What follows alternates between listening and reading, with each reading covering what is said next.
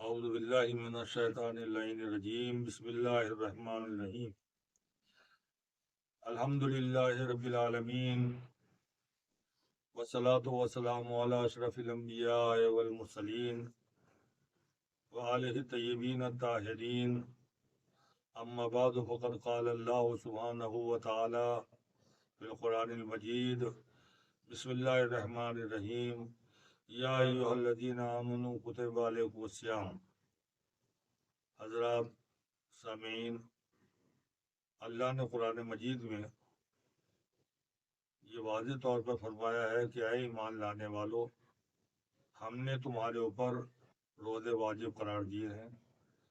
اسی طرح سے جیسے تم سے پہلے والی امتوں پر بھی ہم نے روزے واجب قرار دیے تھے۔ پہلی چیز تو یہاں یہ ہے کہ اللہ نے کہا یا ایھا الذین آمنوا، اے ایمان لانے والو، روزے تمہارے اوپر واجب قرار دیے۔ یہ نہیں کہا کہ یا ایھا الذین اسلموا، مسلمانوں تمہارے اوپر روزے واجب کیے، یا ایھا الناس، اے لوگوں تمہارے اوپر روزے واجب کیے، نہیں کہا اے ایمان لانے والو تم پر روزے واجب قرار دیے۔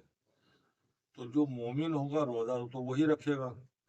اور جو روزہ نہیں رکھتا ہے ماہ رمضان میں وہ اپنے مومن نہ ہونے کا اعلان کرتا ہے، اس لیے کہ اللہ نے صرف مومنین کے اوپر روزے واجب قرار دیے ہیں، تو جو مومن ہوگا وہ روزے رکھتا ہوگا۔ تو آخر اللہ نے مومنین کے اوپر روزے واجب کیوں قرار دیے، اس کا فائدہ کیا ہے؟ تو اسی آیت میں اللہ نے آخر میں فرمایا لعلکم تتقون، ہم نے روزہ اس لیے واجب قرار دیا ہے تاکہ تم متقی بن سکو، یعنی تمہارے دل میں خوف خدا پیدا ہو اور تم گناہ سے اپنے کو بچا سکو۔ تو روزے کا فائدہ قرآن مجید نے یہ بیان کیا کہ جو روزہ رکھے گا وہ متقی بن جائے گا اور وہ گناہوں سے اپنے کو بچا لے گا، گناہوں سے بچ جائے گا۔ یہی اثر تقریباً نماز کا بھی ہے۔ جب روزے کی بات آئی تو اللہ نے کہا لعلکم تتقون، روزے اس لیے واجب قرار دیے تاکہ تم اپنے کو گناہوں سے بچا سکو، اور جب نماز کی بات آئی تو کہا ان الصلاۃ تنہی عن الفحشاء والمنکر، نماز یقیناً نماز گناہوں سے بچا لیتی ہے۔ اب دیکھیے کتنا حسین سلسلہ اور کتنی اچھی بات اللہ نے فرمائی اور نبی نے۔ جب نماز کی بات آئی تو کہا گناہوں سے بچاتی ہے نماز، جب روزے کی بات آئی تو کہا گناہوں سے بچاتے ہیں روزہ، اور جب علی کی محبت کی بات آئی تو نبی نے فرمایا کہ علی کی محبت گناہوں کو اس طرح سے کھا جاتی ہے جیسے آگ لکڑی کو کھا جاتی ہے۔ تو نماز کا بھی اثر وہی ہے، روزے کا اثر بھی وہی ہے، علی کی محبت کا اثر بھی وہی ہے۔ نماز بھی گناہوں سے بچاتی ہے، روزہ بھی گناہوں سے بچاتا ہے، اور علی کی محبت بھی گناہوں سے بچاتی ہے۔ تو آج ہمیں یہ غور کرنا ہوگا، آج ہمیں یہ فکر کرنی ہوگی، آج ہمیں اس بات کی طرف توجہ دینا ہوگی کہ ہم نے نماز تو پڑھی تو کیا گناہوں سے بچے؟ ہم نے روزہ تو رکھا تو کیا گناہوں سے ہم بچے؟ علی کی محبت کا اظہار تو ہم نے بہت کیا مگر کیا ہم گناہوں سے بچے؟ کوئی دنیا کا مسلمان، کوئی دنیا کا شیعہ، کوئی علی کا چاہنے والا، کوئی مسلمان، کوئی مومن، کوئی متقی مجھے یہ بتائے کہ جب تم نے گناہ کا ارادہ کیا تو نماز نے تمہیں روکا ہو، جبکہ کھلم کھلا بالکل واضح طور پر قرآن کہہ رہا ہے ان الصلاۃ تنہی عن الفحشاء والمنکر، نماز روکتی ہے، یقیناً نماز روکتی ہے۔ تو اگر نماز روکتی ہے تو ہم نے مصلی ہی پہ بیٹھ کے غیبت شروع کی، نماز نے تو نہیں روکا۔ ہم مصلی سے اٹھے صحن مسجد میں آ کے دوسرے کی برائی کرنے لگے، عیب ڈھونڈنے لگے، ہمیں تو نماز نے آ کے نہیں روکا۔ مسجد سے نکل کے دکان پہ جا کے بے ایمانی کرنے لگے، جھوٹ بولا، غیبت کی، بے ایمانی کی، چوری کی، مگر کسی نماز نے آ کے ہم کو نہیں روکا۔ ہم حالت روزہ میں لڑائی لڑتے ہیں، گالیاں دیتے ہیں، غصہ دکھاتے ہیں، گھر میں بھی بیوی بچوں کے اوپر غصہ کرتے ہیں، بیوی پہ چیختے پیٹتے ہیں، روزہ ہے۔